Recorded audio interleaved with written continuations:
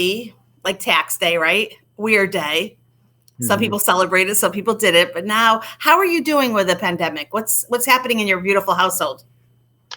Well, we don't have daycare anymore, and my wife and I, we both work from home, and we worked from home well before this all came about. It's been spending a lot more time with our 1-year-old. He's going to be 2 in May, and we're expecting a second boy in July. So it's been spending a lot of time with family, and spending a lot of time with my son. Since I own my own business, I'm a little bit more flexible with my schedule than she is. My wife works for Liberty Mutual Insurance as an insurance agent, and so it's been most of the babysitting has been on my shoulders, which I've been happy to do, and it's been a lot of fun. How does your wife feel? So she's about 6 months pregnant. How is she feeling?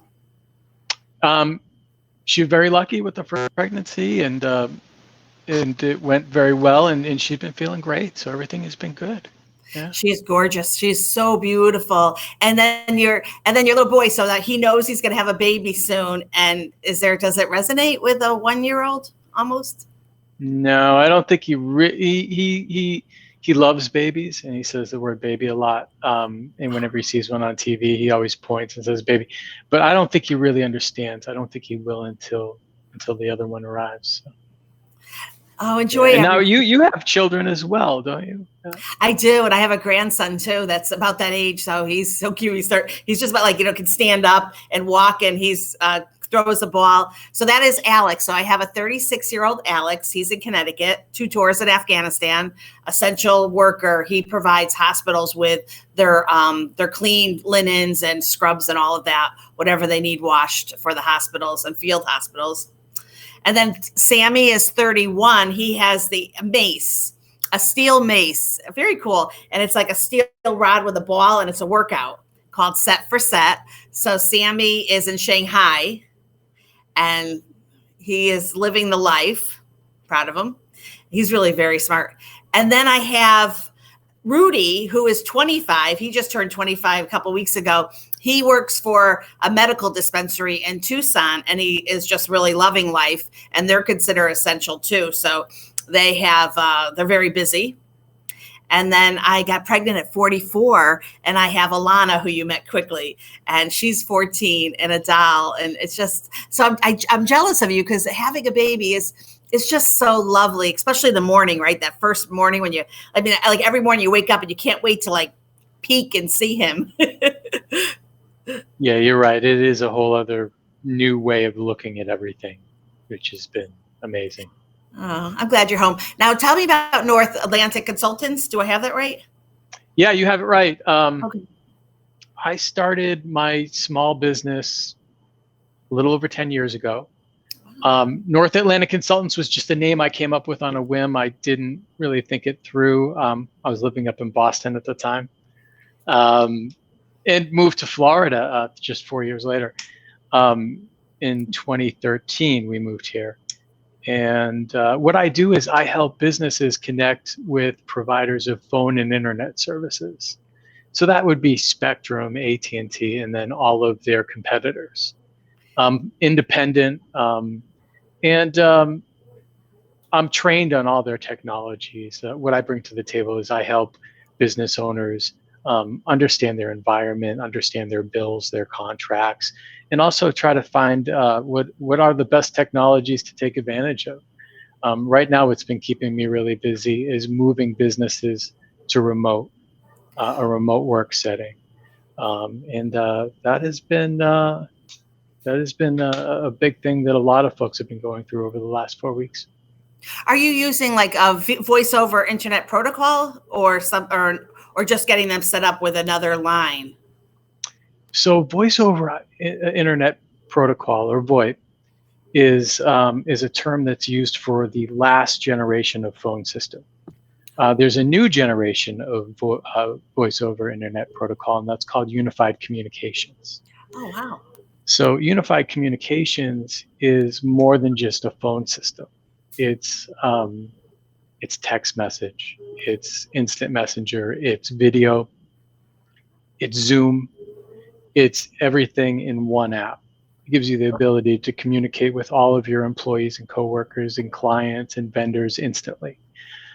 So it takes the phones, it takes voice over IP a step further and introduces all the other ways that we communicate.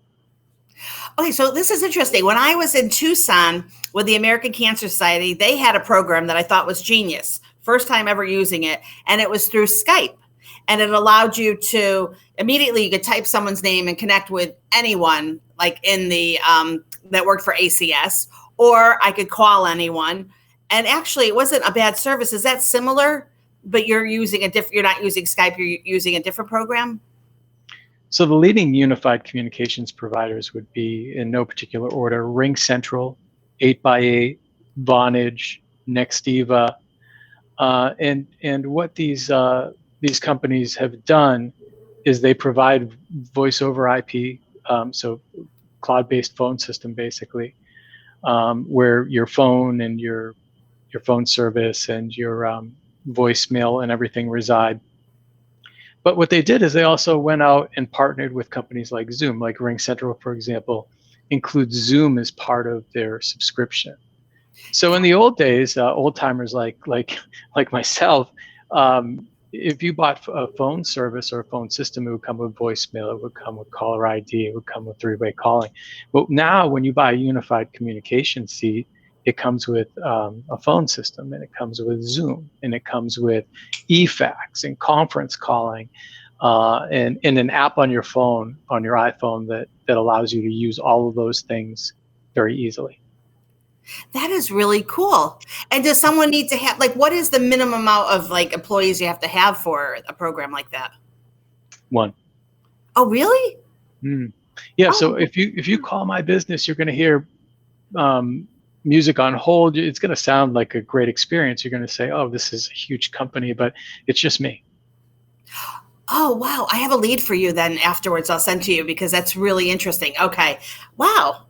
Okay. That's really, really cool. And then with that Zoom program that they get, they're not getting the 40 minutes and we'll cut you off right there at the knees.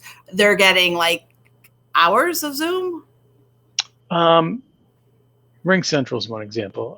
For RingCentral, they have their standard package comes with up to 100 users.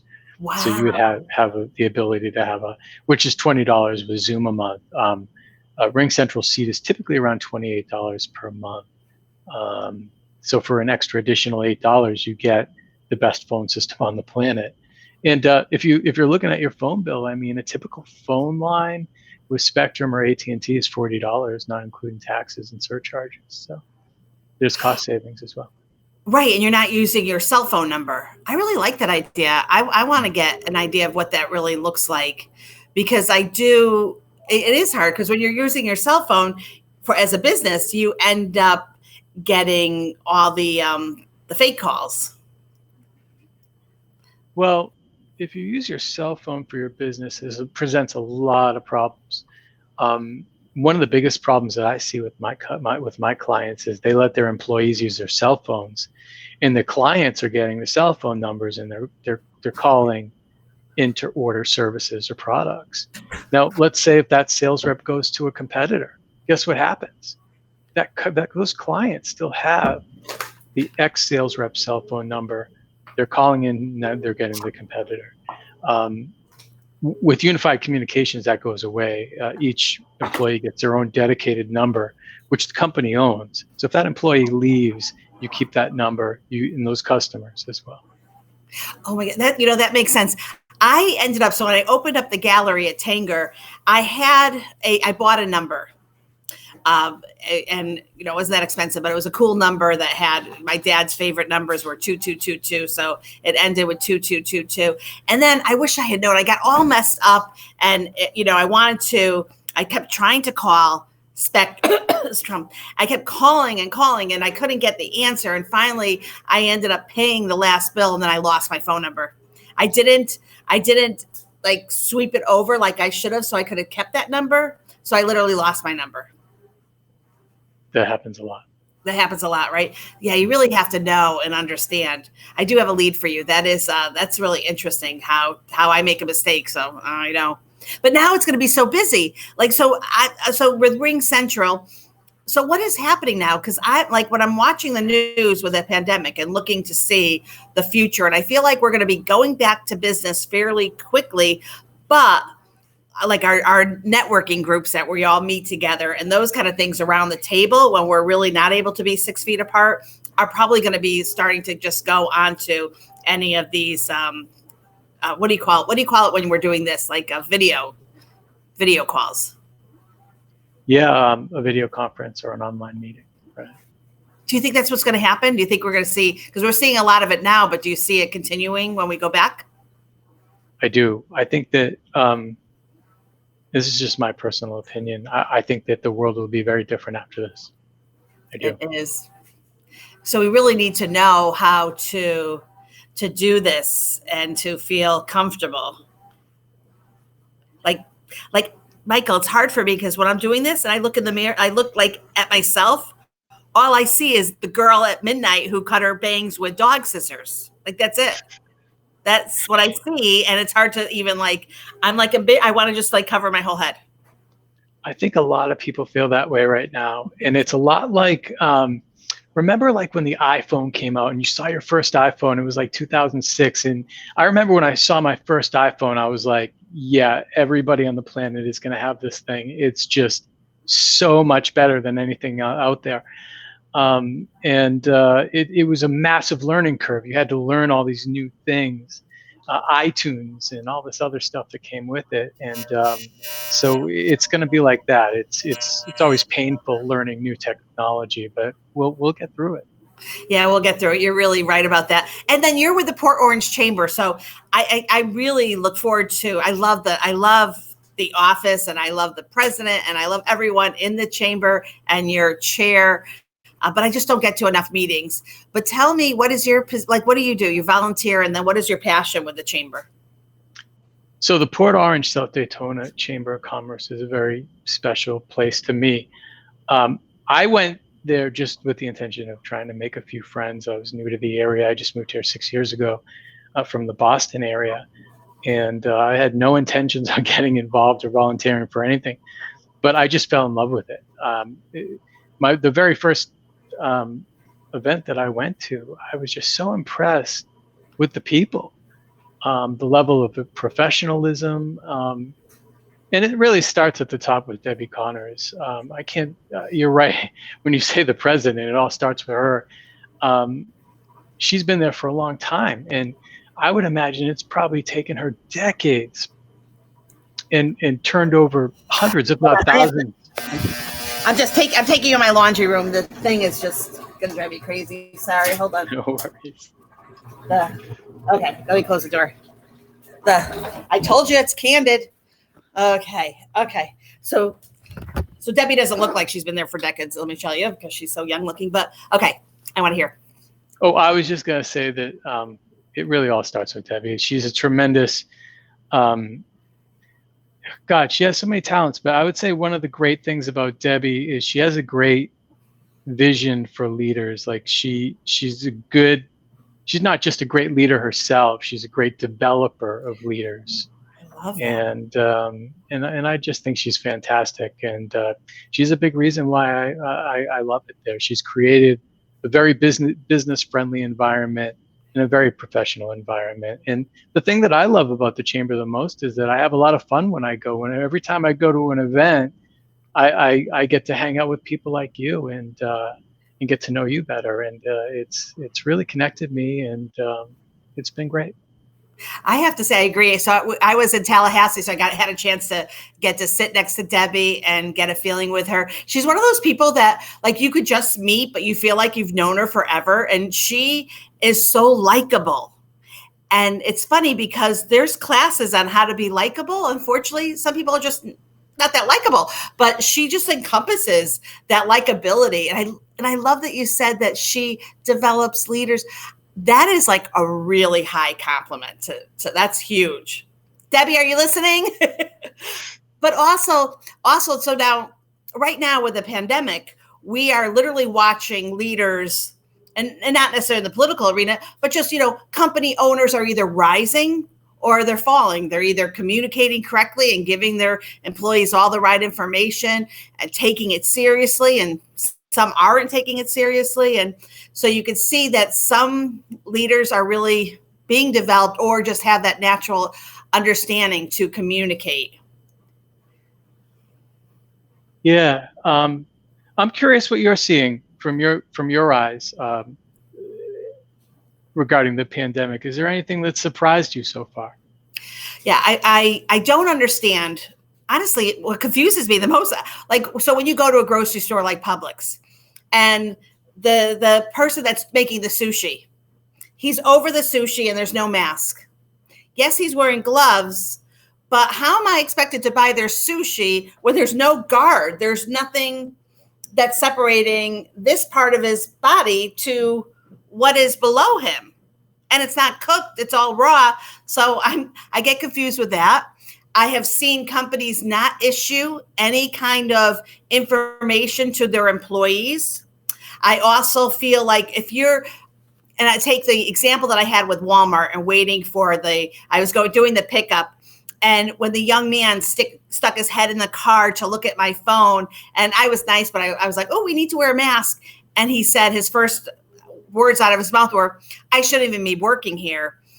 And I feel like part of the problem with some companies is they don't want to have their employees wearing a mask because it scares the customers. And that is what we've heard. And also I know there's some companies that have said, we're business as usual. There's nothing to really worry about. There's no real pandemic. This is all like made up and it's all fake. And so when I see that, I think to myself, how are they really leading? Are they doing the best for their employees? Are they really making sure their employees are being taken care of correctly and leading them in the right direction? Also, one more, an employee that says, here's one.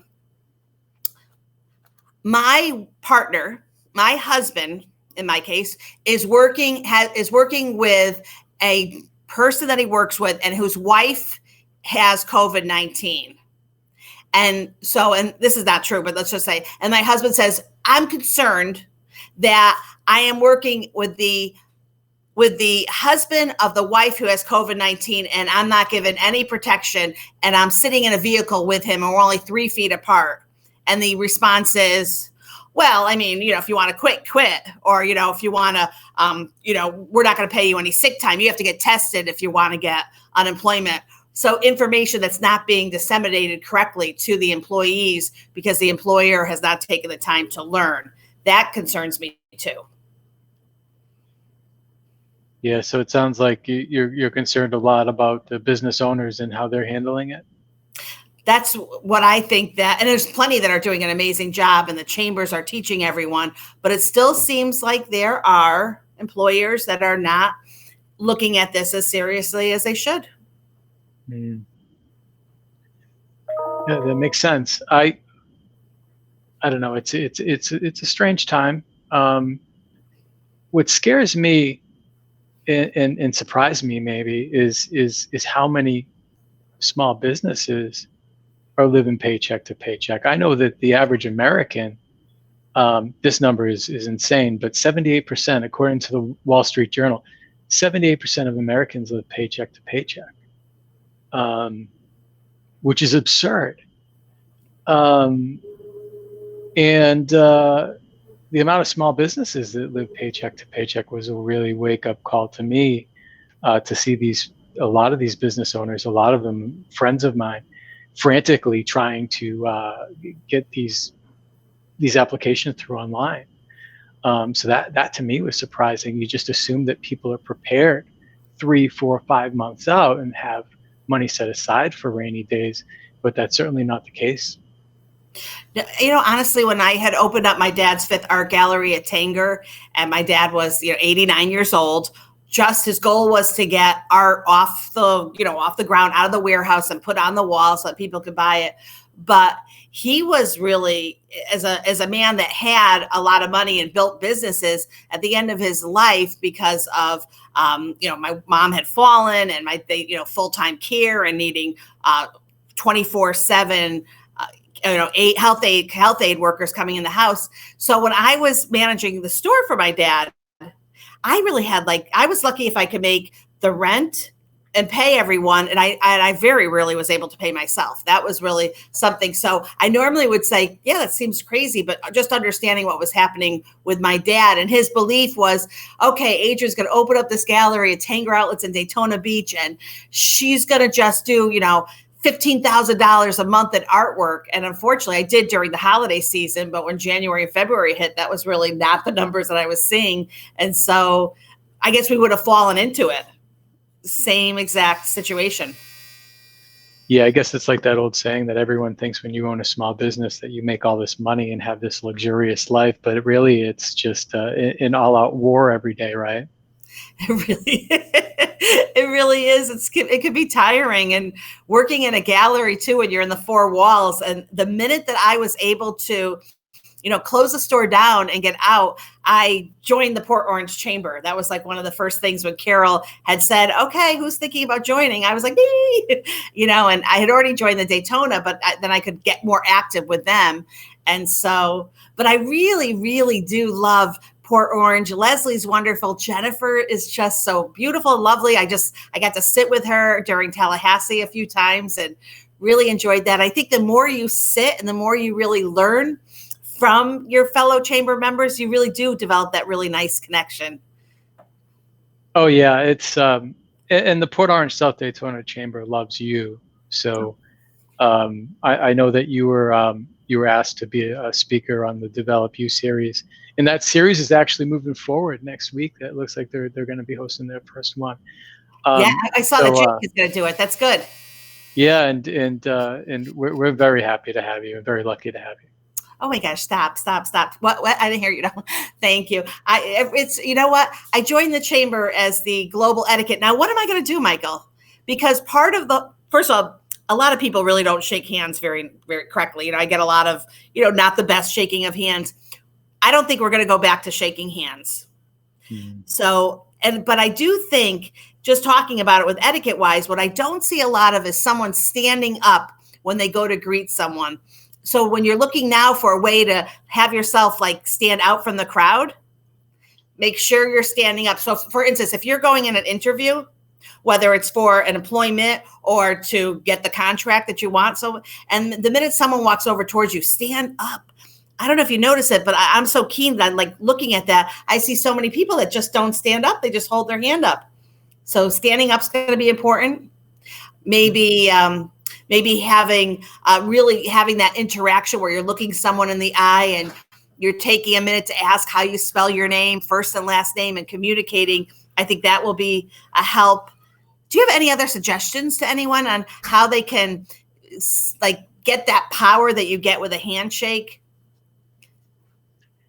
I haven't even really thought of that yet, but now that you bring all this up about standing up, I'm wondering if we're going to adopt the bow, in business, when we all stand up and bow, like our Japanese counterparts. And I don't know. It's all good questions, but I think that you'll be teaching different type of etiquette, which is Zoom etiquette, online etiquette. It's gonna open up a lot new things. It's going to be a new way of looking at a lot of different things. I love that. You are right. I have to really change. I did a business workshop, and I found a program where I could take the workshop, the PowerPoint, and then speak over it. Voice Threads, it was called. Voice Threads. I don't even know if Zoom could do that, where you could upload your PowerPoint, and then if I want to, some slides I could just have my audio, and some slides I could have my face speaking. Zoom does have that.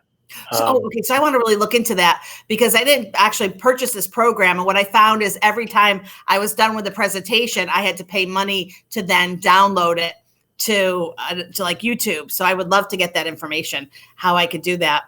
But anyways, you're really right. And if anyone out there actually has some information on Zoom etiquette, I'm always happy to have guest bloggers on my professional global etiquette page too, because I don't always have to be the one writing something.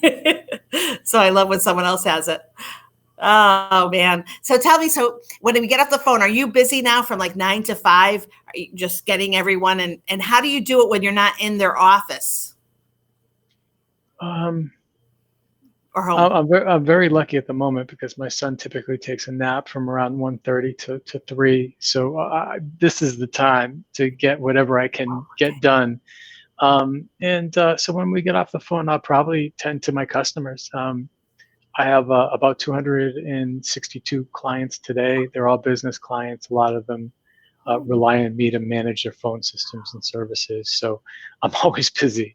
And a lot of times I'm working until late at night. And that's usually when I get most of my work done, either really early in the morning or late at night.